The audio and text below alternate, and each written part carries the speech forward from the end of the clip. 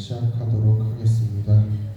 하나님 아버지, 복되고 거룩한 주일 큰나무교회 지체들이 주님 앞에 나와 예배드리러 이 자리에 모였습니다. 오늘 이곳에 모인 한 영혼 한 영혼 주님 만나주시고 이 시간을 통하여서 더욱더 주님과의 관계가 가까워지고 온전히 우리의 삶이 주님을 향하는 시간이 되게 하여 주시옵소서.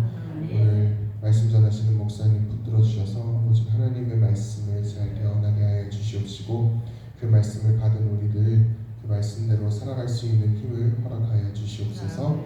감사드리며 예수님의 이름으로 기도드립니다. 아멘.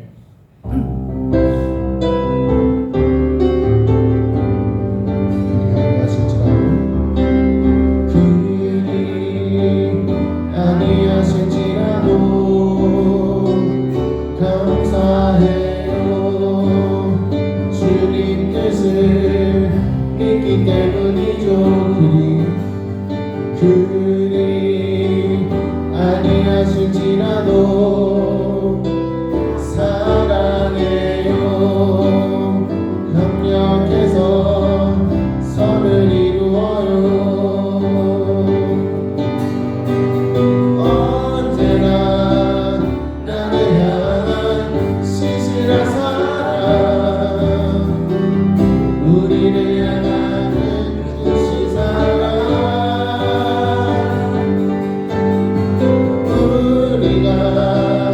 함께 높이며 주를 찬양해. 할렐루야. 하나님께 영광. 그리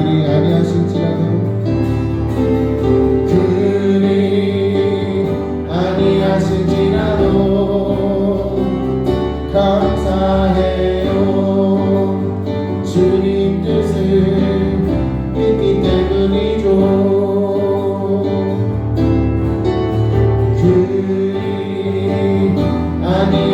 아니하실지라도 사랑해요. 협력해서 선을 이루어요. 언제나 나를 향한 신실한 사랑, 우리를 향한 끝끝이 사랑,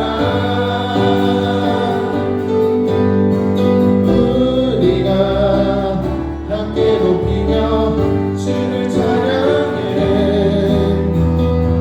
할렐루야. 하나님께 영광. 언제나 나를 향한, 언제나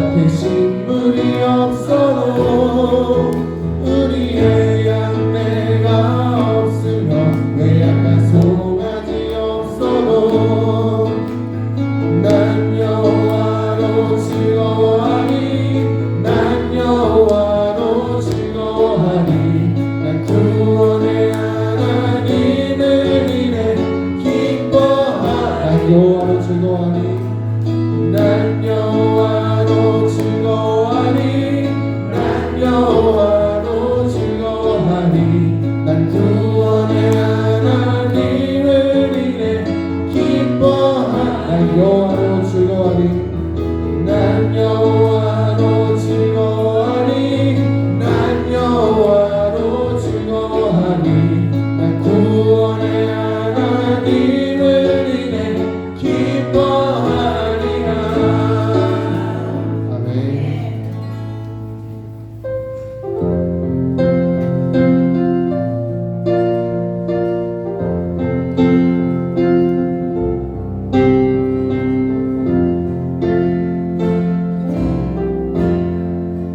이 몸의 소망 무언가 우리 주 예수뿐일세 우리 주 예수밖에는 믿음이 아주 없도다 주 나의 반석이시니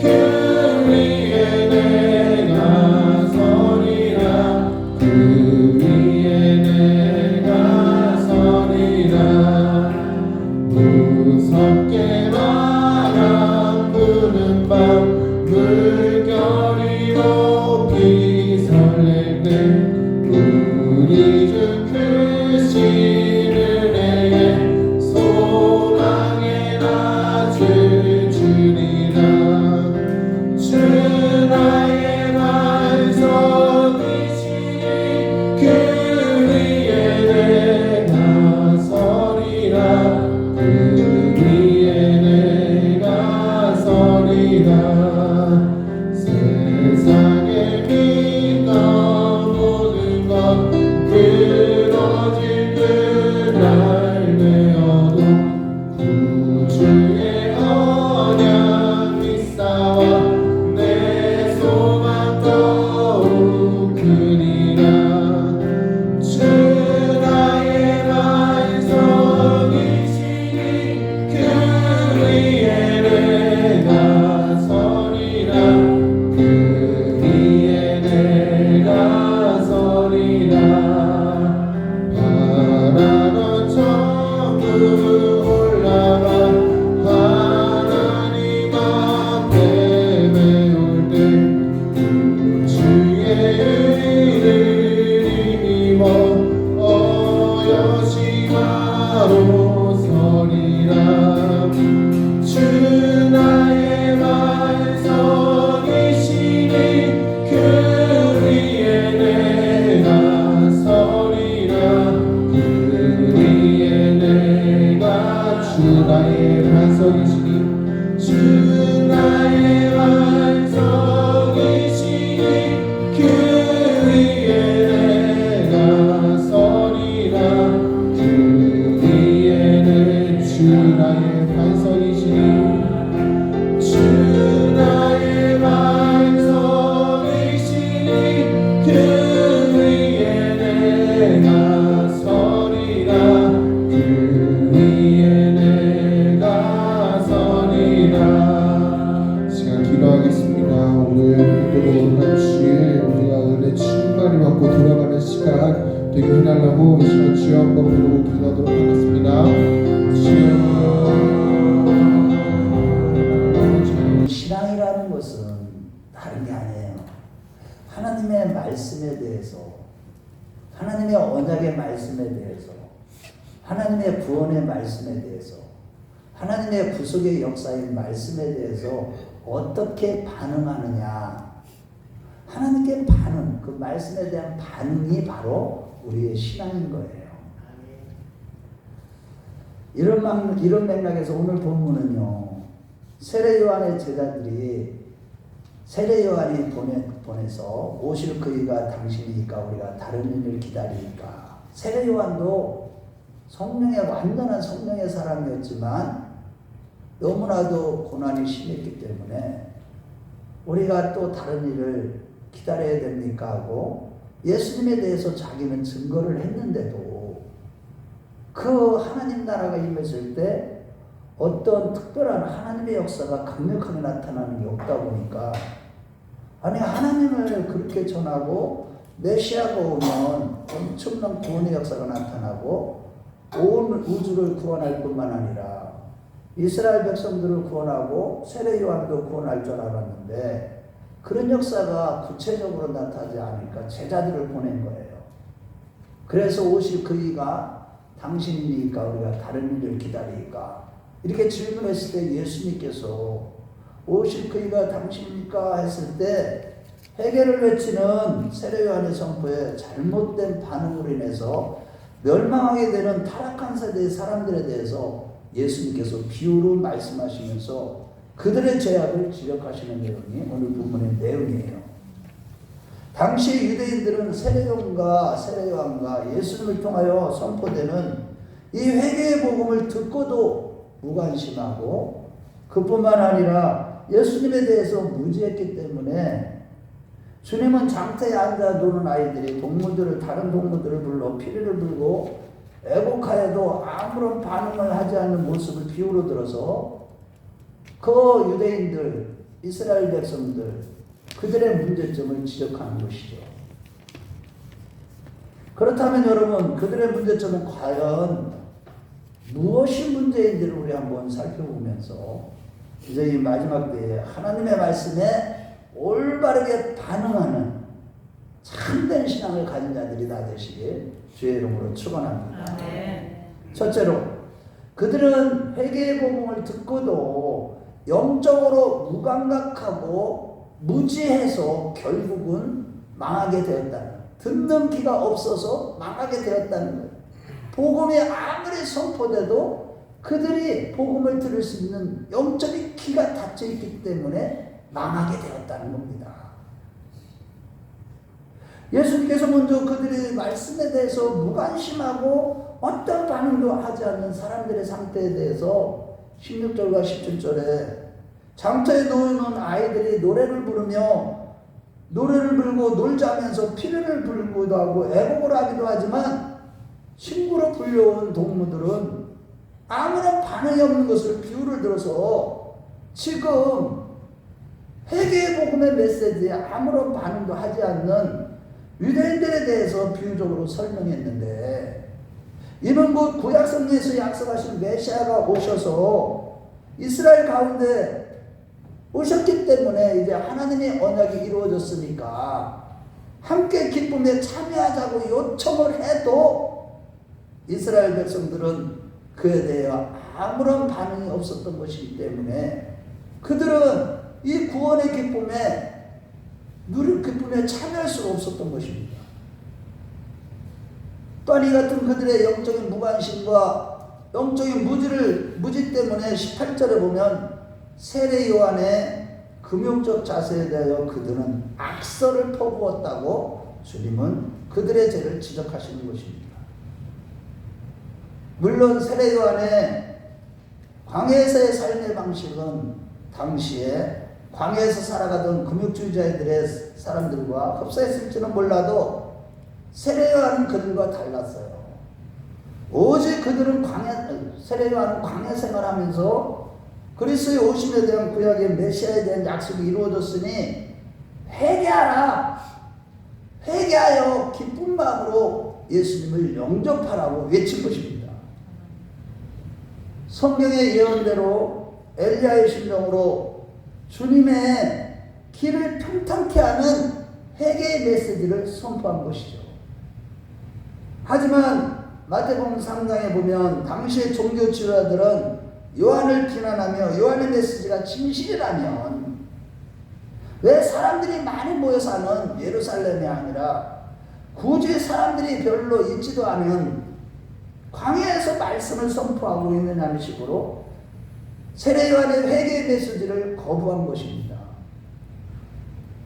당시의 제사장들, 장로들, 사두개인들, 바리새인들, 그들의 소위 종교적인 행세를 하는 기득권자들은 거의 다 예루살렘에 있었고, 거기서 조상 아브라함의 이름을 들먹이며 구약 성경을 큰 소리를 읽거나 금식을 하고 11조 생활과 때를 따라서 구제도 하기도 하며, 아울러 좋은 집에 화려한 복장을 하고 좋은 음식을 먹기도 하며, 그것이 하나님의 은혜라고 여기면서 살아가고 있었습니다.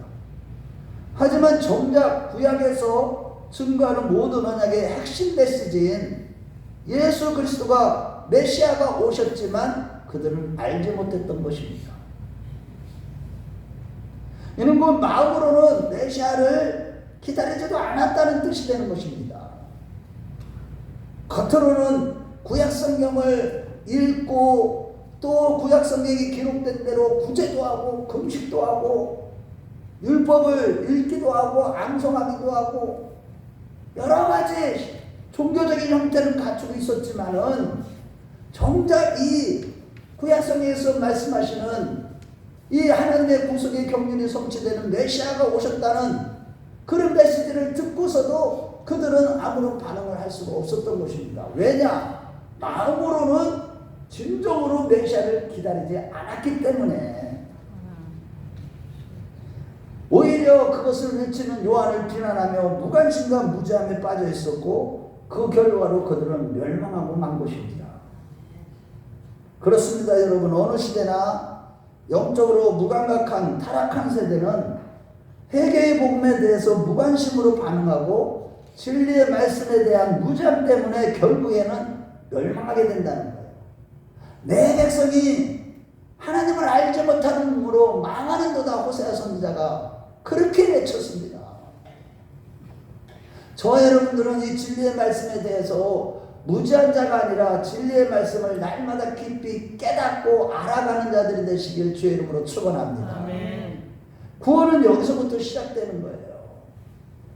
그런데 오늘날도 마찬가지로 수많은 신자들도 11조 생활을 하며 성령에 대한 지식을 쌓아가며 교회에서 봉사하고 물질의 궁핍함이 없으면 신앙생활을 잘하는 것이라고 거시려라고 생각하면서 정작 예수 그리스도의 다시 오심과 회개의 복음에 관하여는 관심이 없는 것이 문제예요.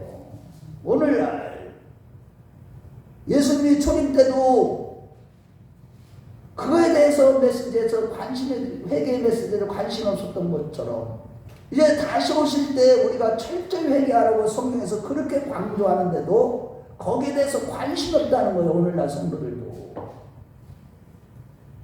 양치기 소년의 몇 번의 거짓을 인하여 진짜 늑대가 나타났을 때 마을 사람들이 반응하지 않았던 것처럼, 과거에 많이 속았다는 이유로 늘 선포되는 재림에 대한 말씀을 양치기 소년의 또 다른 거짓말로 치부하면서 아무런 관심과 반응도 하지 않다가 어느 날 갑자기 임하는 주의 날에 멸망하게 되는 것이 지금 신자들의 신앙생활하는 참으로 안타까운 현실입니다.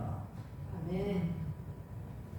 그러나 이 재림의 신앙고 종말론적인 시각을 가지고 반응하는 것이, 즉 종말 신앙으로 신앙생활하는 것이 성경에서 강조하는 참된 신앙임을 믿으시기 바랍니다. 우리가 만일 이러한 종말 신앙을 초대교회 때부터 가졌던 이 종말 신앙을 갖고 신앙생활을 하지 않는다면 우리의 신앙생활은 방향이 엉뚱한 방향으로 빠져나가게 된다는 사실이에요.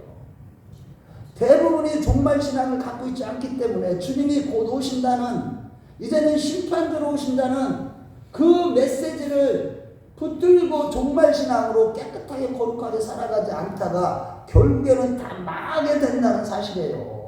왜냐하면 종말 신앙을 갖지 않으면 우리가 대부분 인본주의에 붙들려서 기복신앙으로 빠져들게 되고, 하늘의 소망이 없이 그저 이 땅에서 머리를 쳐박고 살다가 주님이 오실 때 주님을 맞이할 수가 없게 되고 들림받지 못하는 것이 오늘날 성도들의 모습인 겁니다. 그래서 누가복음 21장 25절부터 29절에 보면 예수님께서 이런 말씀을 해요. 1월 성수에 징조가 있겠고 땅에는 민족들이 바다와 파도에 오는 소리를 나여 혼란한 중에 공고하리라. 사람들이 세상에 임할 일을 생각하고 무서워함으로 기절하리니 이는 하늘의 권능들이 흘리겠습니다. 그때 사람들이 인자가 구름을 타고 능력과 큰 능력으로 오는 것을 보리라. 이런 일이 되기를 시작하거든 일어나 머리를 들라 너희 구석이 가까웠느니라 라고 하신 것입니다. 즉 한마디로 얘기해서 오늘날 이 마지막 시대를 살아가면서 그저 먹고 사는 일에 분주해가지고 머리를 땅에 쳐박고 살아가지 말고 고개를 들고 다시 오실 예수님을 바라보면서 회개의 메시지에 응답하며 철저히 회개하며 거룩한 삶을 살아가는 것이죠. 우리 한번 찾아볼까요? 이제 누가복음 21장 25절부터 29절. 누가복음으로 가봐요. 마태, 마가, 누가죠. 세 번째. 누가복음 21장 25절부터 29절. 이제 마지막 때에 종말에 대한 얘기를 분명히 예수님의 휴거가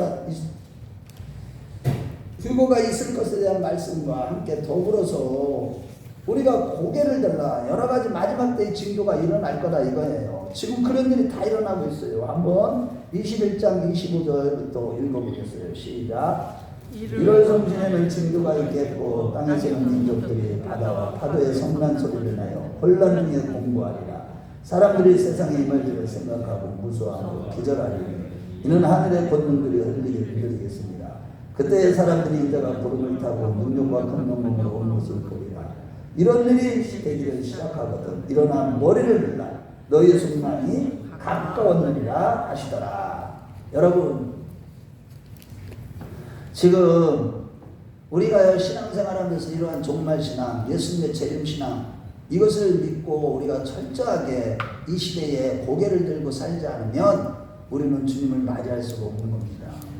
그래서 사도 바울도요 이제 여호와의 날, 그 세상이 심판하시는 날이죠. 그 구원의 날인 우리에게는 구원의 날인 예수님의 재림에 대해서 데살로니가전서 4장 16절 17절에 주께서 호령과 천사장의 소리로 친히 하늘을 쫓아 강림하시리니 그리스도 안에서 우리가 어떻게 하라고 그래요?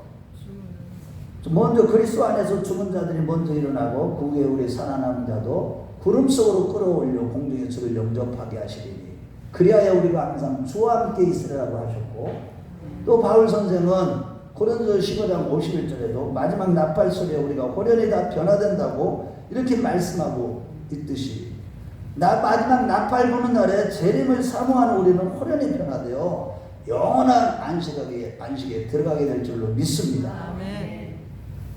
그리고 사도 요한의 요한일서 3장 2절부터 3절에 보면 이 엄청난 휴거의 축복에 대한 소망을 가진 자는 항상 깨어서 자신을 깨끗하게 하고 예수님의 깨끗하심과 거룩하심과 같이 거룩하게 살라고 권면하고 있는 것입니다. 그러면서 동시에 요한 사도는 요한계시록 16장 15절에 뭐라고 말씀했어요? 우리 교회 표어죠. 내가 도적같이 오리니 누구든지 자기를 지켜. 여러분들 정신을 차리세요. 이 말씀에 내가 도적같이 오시네. 도적이 언제 옵니까? 가장 깜깜할 때, 새벽 아주 깜깜할 때 도적이 오죠. 마찬가지로 이 세상이 영적으로 완전히 죄악으로 관영해서 이 세상이 깜깜할 때에 도적같이 주님이 오신다는 거예요. 그러므로 자기를 지키라는 거예요. 그래서 헐벗고 다니냐고 부끄러운 모습을 보이지 않는 자가 복이 있다는 겁니다. 여러분들 우리가 이 땅에서 살아가는 동안에 부귀영화 누리는 게 행복이 아니라는 거예요. 그게 복이 아니라는 거야. 지금 이 시대는 자기를 지켜서 헐벗고 다니지 않는다는 게 뭐예요? 의의 옷을 하나님이 입혀준 게 다 벗겨지는 거. 세상 사랑하고 세상 재미 쫓아가고 죄를 지을 때마다 우리는 의의 옷이 다 벗겨집니다. 발가벗겨져요. 헐벗고 다니게 돼요. 그래서 우리가 항상 조심해서 말씀과 기도로 내 자신을 지켜서 이게 옷을 헐벗고 다닌 자가 아니라 의의 세마포 옷으로 머리부터 발끝까지 다 무장한 거. 로마서 말씀대로 얘기하자면 주 예수 그리스도로 옷 입는 거. 아멘. 그런 자가 복 있는 자고 부끄러운 모습을 보이지 않는 자가 복이 있다는 거예요. 숨은 부끄러움의 일을 다 벗어버리는 자가 복이 있다는 겁니다. 바울 사도는 그래서 고린도전서에서도 숨은 부끄러움의 일을 벗어버리라. 그래야 너희들이 복이 있다. 이 마지막 때는 그런 말씀을 하고 있는 겁니다. 정말로요. 그러나 오직 주님의 재림을 사모하고 깨어있는 자들은 그렇게 복 있는 삶을 살아가지만, 복 있는 자가 되지만, 불신자들과 또 회개치 않는 자들에게는 요엘서 2장 32절 말씀에 이런 얘기를 해요. 여호와의 크고 두려운 날이 이르기 전에 해가 어두워지고 달이 핏빛같이 되리라. 왜 뜻이 주님이 임하시는 그날이 오히려 불신자들과 회개하지 않는 자들은 두려운 날이 될 것이라는 겁니다. 그러나 우리가요 철저하게 회개하면서 날마다 의의 세마포 옷을 입고 다시 오실 예수님을 생각하며 날마다 내 자신을 깨끗하게 하고 성결하게 하고 헐벗고 다니지 아니하는 일에 영적 생활에 게을르지 아니하고 날마다 예수 그리스도로 옷 입는 자들은 두려워할 것이 아니라 그들은 복 있는 자라고 하나님이 지켜주실 것입니다. 저와 여러분들이 그러한 자가 다 되시기를 주의 이름으로 축원합니다.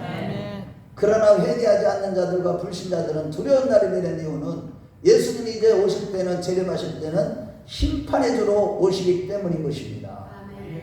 그때는요 정말 무서우신 하나님으로 오십니다. 그 앞에 벌벌 떨어서 그 자리에서는 완전히 직구하게 되고요, 지옥불에 떨어지는 심판을 그 우리 주님께서 지옥불에 던져버리실 겁니다. 그래서 참신함을 가진 믿음의 선진들은요 하나같이 주님의 재림을 사모하며 하루하루 손꼽아 기다리며 거룩한 삶만 추구하며 살아왔다는 사실입니다. 그렇다면 여러분, 우리는 지금 과연 깨어서 회개하면서 주님의 재림의 날을 준비하고 있냐는 거예요. 여러분들은 지금 신앙생활하면서 주님의 재림이 있을 때 그날 내가 정말로 들림받는 정말로 거룩한 신분이라는 겁니다. 양심에 꺼리낌이 없게 살아가고요, 흠이 없고 살아가고 거룩하게 살아가고 성결하게 살아가고 있느냐는 겁니다. 외모만 겉만 화려하게 종교 생활을 하면서, 그러면서도 속은 여전히 썩어 문드러진 영적으로 더러운 것, 힘이 부패하고 거짓된 것으로 가득 찬 삶, 그 상태로 그대로 살아가고 있느냐는 겁니다.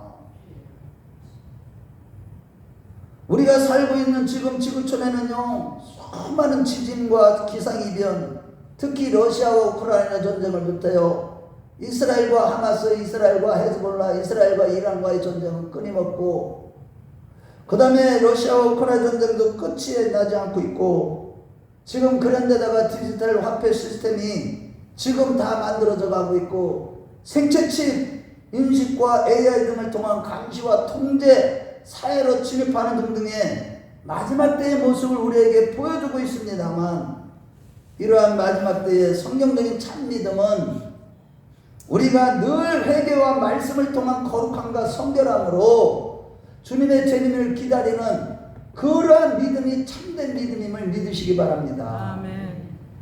대단하게 능력을 행하고 귀신을 쫓아내고 병을 고치고 은사사역을 하고 이런 것이 참 믿음이 아니라, 그런 것들은 그냥 우리가 참 믿음을 가지고 있으면요 그런 것들은 저절로 다 돼요. 그 능력이 다 나타납니다. 거룩할수록. 진짜 믿음이 뭐냐, 진짜 이 마지막 때 참 믿음은 항상 거룩함과 성결함으로 그리스도로 옷 입는 것임을 믿으시기 바랍니다. 아멘. 날마다 말씀으로 옷 입는 거예요. 아멘. 말씀을 사모하고 아버지 집에 와서 말씀을 읽고 듣고 지키고 그 말씀대로 살기 위해서 몸부림치며 싸우는 것이 진짜 믿음인 것입니다. 아멘. 그럼에도 오늘날 회개를 선포를 거부하는 가장 큰 원인은 다른 데 있는 거 아니에요. 오늘 본문의 유대인들처럼 영적으로 무감각하고 진리의 말씀을 들을 수 있는 귀를 가지고 있지 않기 때문에 그러한 참 믿음을 가질 수가 없는 겁니다. 영적인 귀가 다 닫혀 있기 때문에 말씀을 선포해도 들지를 못하기 때문에 말씀의 의미를 깨닫지 못하기 때문에 그런 것입니다. 그래서 마태복음 3장 7절부터 12절까지의 그 말씀에 보면 겉은 화려하지만 속은 부패하여 쭉정이 같은 바리새인과 사두개인들이 종교적인 목적에 관심을 가지고 세례요한에게 세례받으러 나올 때에 세례요한이 뭐라고 그랬습니까? 이 독사의 자식들아 라고 하면 너희가 회개에 합당한 열매를 맺지 않으면 지옥불에 던져질 것이라고 하면서 강력하게 그들의 죄를 지적한 겁니다. 오늘날로 얘기하면 목사, 선교사, 장로, 권사들이 세례받겠다고 딱 나오는데 그 목사가 하는 소리가 이 독사의 새끼들아 너희가 회개에 합당한 열매를 맺지 아니하면 너희들이 아무리 11조 내고 감사함을 내고 주의를 지키고 기도하고 말씀을 많이 안다 할지라도 지옥불에 던져질 것이다 라는 그런 말씀을 하시는 겁니다.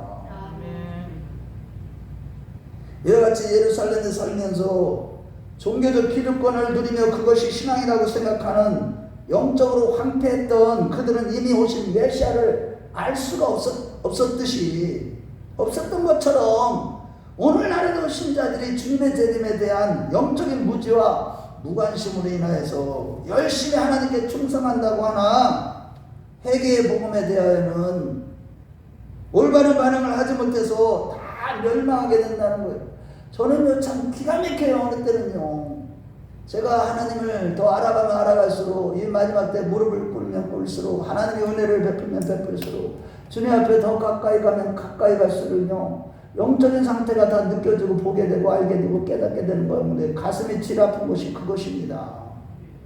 영적으로 황폐가 돼서 교회 생활을 열심히 하는 것 같은데 다 서기관과 바리새인들처럼 종교적인 행위만을 행하면서 진정으로 회개의 복음의 메시지에 반응하지도 않고 회개하지도 않고 이 종교형에 사로잡혀서 겉모양만 화려하고 내면은 부패 타락한 자가 너무나 많이 있는 것으로 인하여서 저는 마음이 아파하고 있습니다. 우리는 이런 것들을 수시로 점검하며 날마다 내 자신을 성찰하고 회개하는 자들이 되시기 바랍니다. 아멘. 이미 짐승의 표를 받을 수밖에 없는 경제 시스템이 만들어지고 있는 이 마지막 때에 고개를 들고 늘 말씀과 기도로 깨어 근신함으로 회개에 합당한 열매, 그 거룩함과 성결함과 겸손한 열매를 맺는 우리 모두가 되었으면 좋겠습니다. 아멘.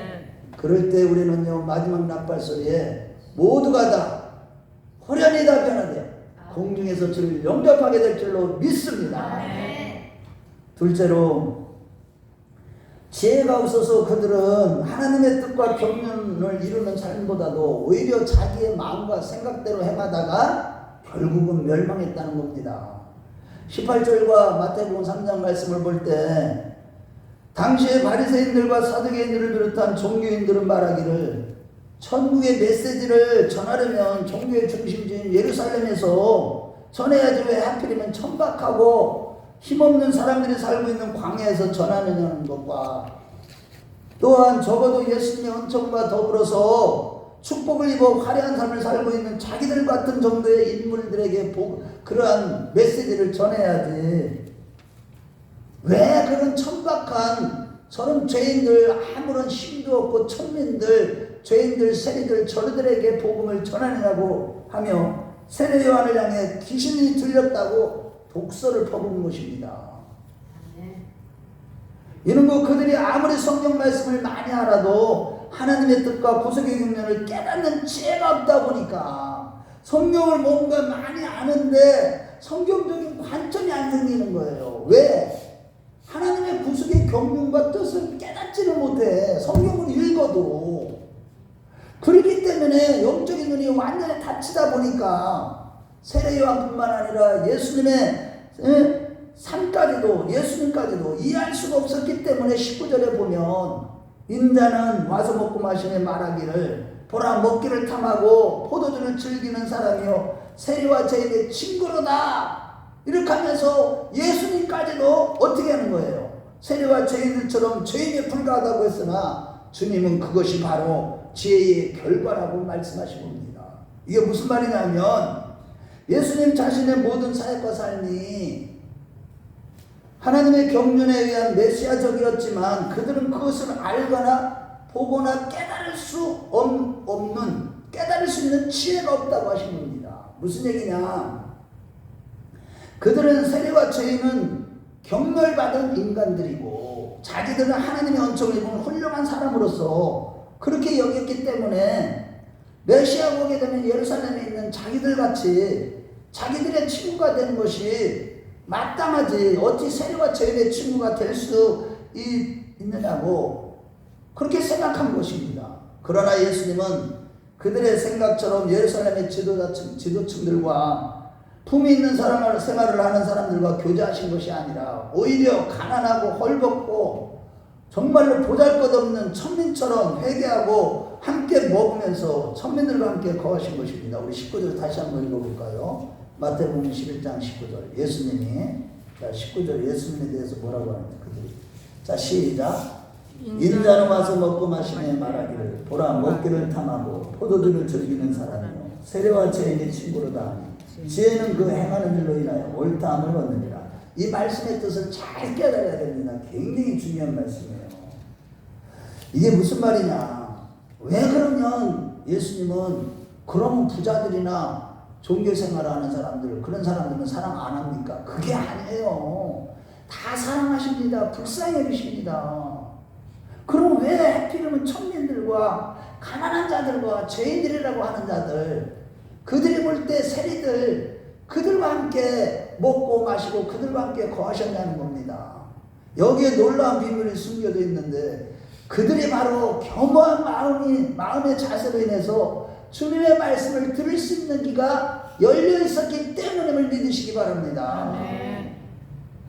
잘 이해해 주세요. 반면에 주님께서 예루살렘에 살고 있는 지도계층의 인물들과 친구가 될 수 없었던 이유는 율법에 대한 많은 지식이 그들의 마음을 교만하게 해서 마음이 교만해지니까 예수님이 하시는 말씀을 들을 수 있는 귀를 막아버렸기 때문이에요. 그러니까 그들과 어울릴 수가 없는 거예요. 예수님의 말씀을 들을 수 있는 귀 자체가 없었던 거예요. 왜? 마음이 교만해졌는데 교만이 왜 교만해졌느냐? 하나님의 말씀에 대한 율법에 대한 지식이 그들의 마음에 가득 차 있었기 때문에 그래요. 예, 잘 이해해야 돼요. 항상 성경 말씀은 역설이에요. 결국 영적인 소경과 기머리가 된 당시의 기득권을 가진 종교인들은 당연히 어떻게 생각합니까? 자기들의 생각과 마음이 원하는 대로 행하다가 멸망의 길을 걸어가고 만 것이죠. 바리새인들은 한마디로 고린도서 8장 1절 하반절 말씀에 지식은 뭐라고 그랬어요? 교만하게 하며 사랑은 덕을 세우니라고 했듯이 많은 지식으로 인하여서 그들은 교만했기 때문에 진리가 되시는 예수 그리스도를 아는 지혜가 없었다는 겁니다. 여러분 이거 잘 깨달으세요. 나에게 하시는 말씀을 하고 받으시기 바랍니다. 정말 저는 이 말씀 받으면서 요새 얼마나 찔리는지 몰라요. 제 자신도. 야, 나에게도 이런 완고한 마음이 있고 교만한 게 있구나. 와, 이거 어떻게 해야지? 울고 있어요.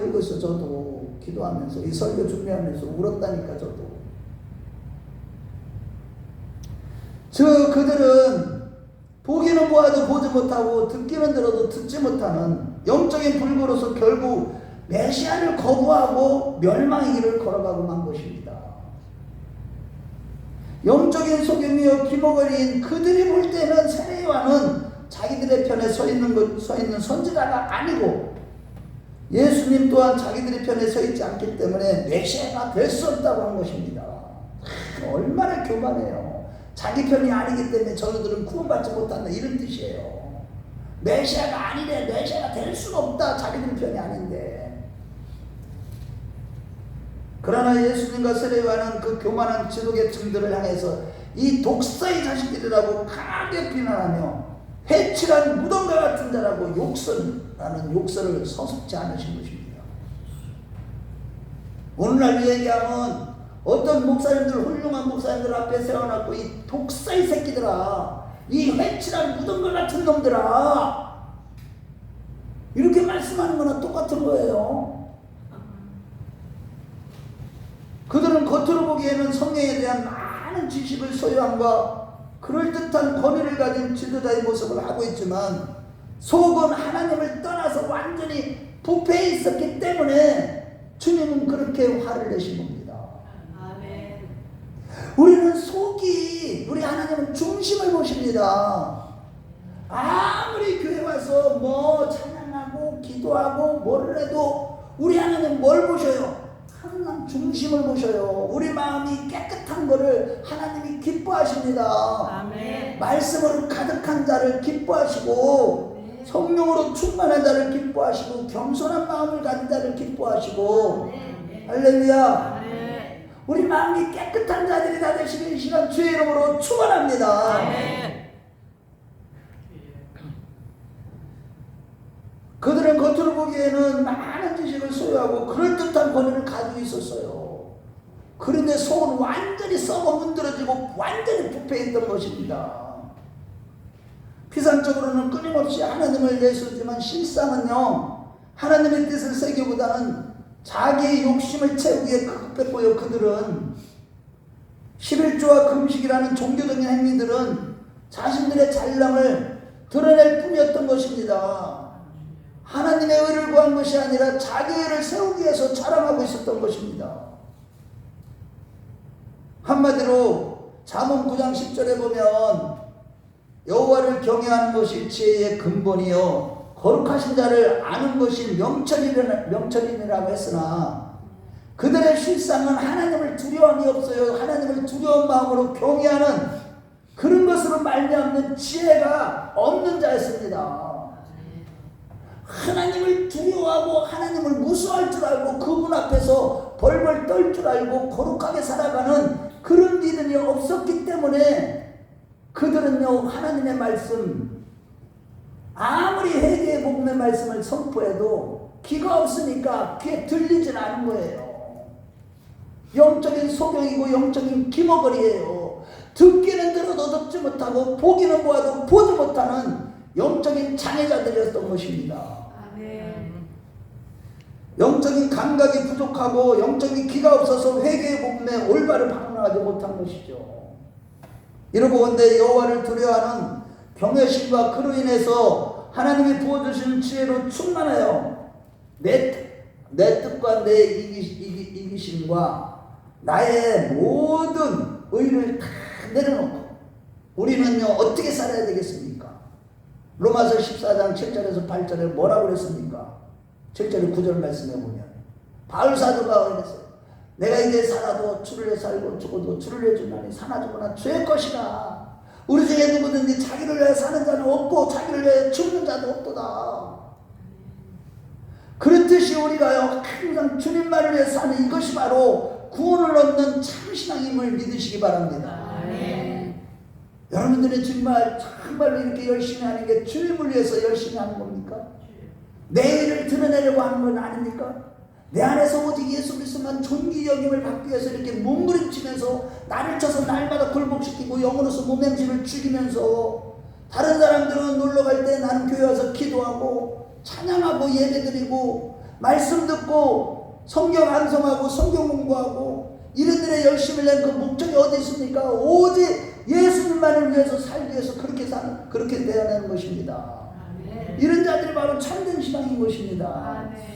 하지만 안타깝게도 오늘날 대부분의 신자들이 내가 아니라 하나님만 드러나도록 하기 위한 영적 싸움을 싸우지 않기 때문에 성경 지식은 많고 충성되게 봉사하는 등 신앙의 모습은 화려한데 속은 여전히 부패하고 타락한 세대들이 그렇게 많은 것입니다.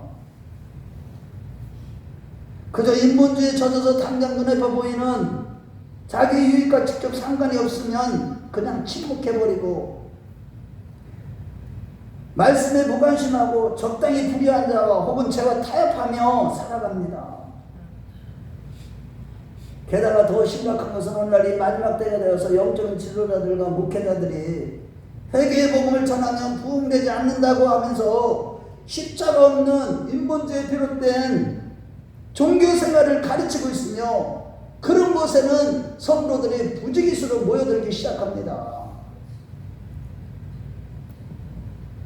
믿음의 주가 되시는 주님과의 친밀한 관계 속에서의 거룩함을 추구하라. 오직 주님과의 관계다. 관계. 오직 주님과 내가 하나가 되는 것이다. 내가 없어지고 예수로 충만해지는 것이다. 그런 걸로 통해서 우리가 거룩을 이루어가는 것이다. 그런 것을 가르치는 것이 아니라 그저 율법을 지켜서 의롭다함을 얻으라는 식의 종교생활을 가르치고 있는 것입니다. 그러다 보니까 하나님의 진노가 지금 한국교회 우리 성도들 머리 위에 이렇게 아주 그냥 잔뜩 하나님의 진노가 머물러 있는 것이 오늘날 타락한 세대의 현실인 것입니다. 여러분들이 이런 걸 보고 있습니까? 분별하고 있느냐고요. 수많은 성도들이 그저 인본주의 말씀에 듣다가 보니까 자기 생각에 이득이 있다고 판단되면 쉽게 악한 일에도 참여하기도 하고요.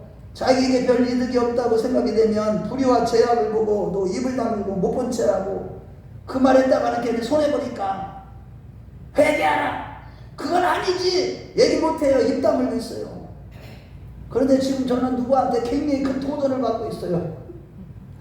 마냥 사정없어요. 여지없이 그 잘못된 거 보면 탁 바로 나가요.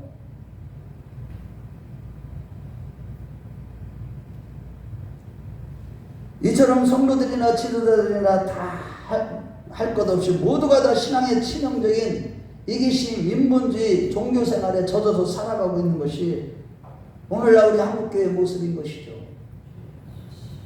그러므로 여러분, 신앙의 치명적인 이기심을 단호하게 물리치시고 인본주의와 종교생활, 이러한 자기를 드러내도록 하는 이러한 말씀들, 거짓 교훈들, 다른 복음을 단호하게 물리치시길 주의 이름으로 축원합니다. 오직 그의 나라와 의는 관심도 없이 세상 성문과 세상 출세 지향적인 허망한 욕심을 사로잡히지 않도록 저와 여러분들은 항상 그리스도께 복종하여서 영으로서 모명식을 죽이는 우리 모두가 되시기를 축원합니다. 실로 하나님의 뜻과 경륜보다 죄와 세상과 인본주의에 타협하며 회개하지 않거나 선포하지 않는 이들은요, 우리서 우선 보기에는 그럴듯해 보입니다. 다들 보세요. 그렇지만 이거는요, 심각하게 위험한 일인 것입니다. 그것을 인해서 성경 지식은 많고 많으나 교만하고 겸함이 없는 이 시대의 기독교는 부패의 극치에 다다르고 있고 그리스도를 향한 진실함과 깨끗함에서 다 떠나서 심히 부패하고 거짓되고 타락하고 있으며 너무 더러워서 주님이 오실 수가 없는 상태가 되어버린 것입니다. 기독교 지도자들은 모두 부패에 있고 종교형에 사로잡혀 썩어져 있고 모두라 그래서 죄송합니다. 그것이 드러날 것이 두려워 감추기에만 급급하고 한국교회의 영적인 주소가 이러한 심각한 상태임에도 불구하고 애통하는 마음으로 회개하는 자들을 찾아오기가 쉽지 않고 다 이기심에 붙들려서 주님의 재림에 무관심하게 살아갑니다. 그러나 지금은 겸허한 자세로 자신을 성찰하면서 회개하지 않으면 다 종교형에 사로잡히는 마지막 시대입니다. 이러한 때에 존재론적이나 제가 늘 가르치는 게 뭐예요? 네가 누구냐 지금 어떤 일을 했느냐가 아니에요. 신앙생활이라는 건 내가 지금 누구냐는 거, 내가 변화된 자가 됐느냐, 내가 지금 이제 성령의 사람, 말씀의 사람, 의의 열매, 성령의 열매를 맺어가는 사람이 됐느냐, 항상 이것이 중요한 것이고. 할렐루야. 말씀을 듣고도 반응하지 않으면 예수님 당시에 유대인들처럼 다 인본주의적인 종교형에 사로잡히게 되고 그 결과 하나님의 뜻과 구속의 경륜을 이루어가는 삶이 아니라 다 자기 생각과 마음대로 행함으로 결국에는 지옥 형벌의 명을망을 받게 되는 것입니다. 그러므로 우리 자신과 가정과 교회 안에는 음행과 탐욕의 우상숭배와 거짓 등의 부패한 것이 없는지 우리 자신은 우리가 다 가장 잘 알아요. 철저하게 자기 자신을 면밀히 살펴보시고 늘 회개하는 자들이 되십시오. 아멘. 가정과 직장과 교회에서 이러한 잘못된 것들을 보고도 덮어두는 것은 사랑이 아니라 패망케 하는 것입니다. 우리 중에는요, 이런 것이 조금만 보여도 철저히 회개해야만 됩니다. 있기를 바랍니다. 아멘. 그러다 보니까 이 회개의 메시지만 주로 전하게 되는 거예요. 십자가에도만 전하게 되는 겁니다. 아멘. 예수만 자랑하게 되는 거예요. 아멘. 왜? 우리가 아무리 모든 걸 이 땅에서 막 능력도 겪어보고 뭐도 경험했어도 주님 앞에 서서는 내가 너를 도무지 못하리라 알지 못하리라 이런 사람들이 엄청나게 많이 일어날 것이기 때문이에요.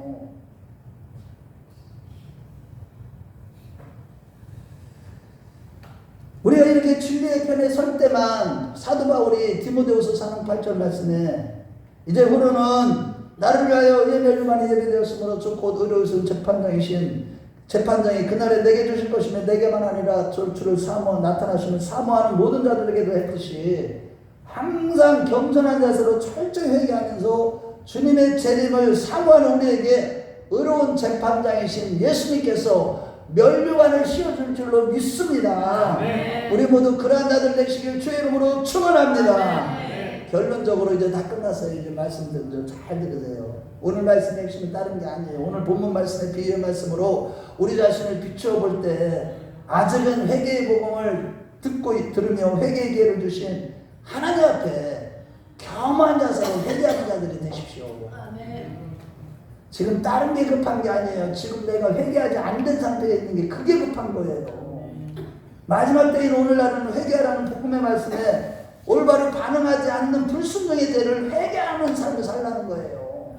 내가 이렇게 많이 들었는데 그 말씀에 올바로 반응하지 못하고 회개하지 못했다면 그거를 회개하라는 겁니다. 아멘. 우리가 지금 말씀지만을 살아가면서 그동안 내 생각대로 내 마음대로 행한 교만죄를 회개하십시오. 여러분들 생각대로 여러분들 마음대로 행하는 거 그거 자체가요 하나님 앞에 교만한 겁니다. 실로 잠시 후면 직면하게 될 영원한 천국과 지옥을 생각해 볼 때예요. 우리가 코앞에 있어요. 지옥하고 천국이 우리 코앞에. 뭐 죽는 거는 잠자는 한순간하고 똑같은 거예요. 죽었는데 내가 천국에 있어야지 지옥에 가 있으면 어떡할 거예요 그때 가서. 만약에 그래서 저는요 이런 생각을 해요. 와, 그걸 생각해 볼 때 만약에 회개할 것을 철저히 회개하지 않는 것이 있다면, 아직도 남을 용서하지 못하는 부분이 있다면, 아직도 내가 음란한 죄를 계속 저지르고 있고 돈을 사랑하니 돈을 하나님보다 더 사랑하는 것이 있고 욕심 부리는 것이 있고 지금 땅에 고개를 쳐박고 살아가고 있다면요 죽어서도 안 됩니다. 지금 회개가 안 된 상태에서 죽으면요 바로 지옥이기 때문에 그래요. 병에 걸려서 죽어도 안 됩니다. 죽지 마십시오. 회개 안 된 사람은.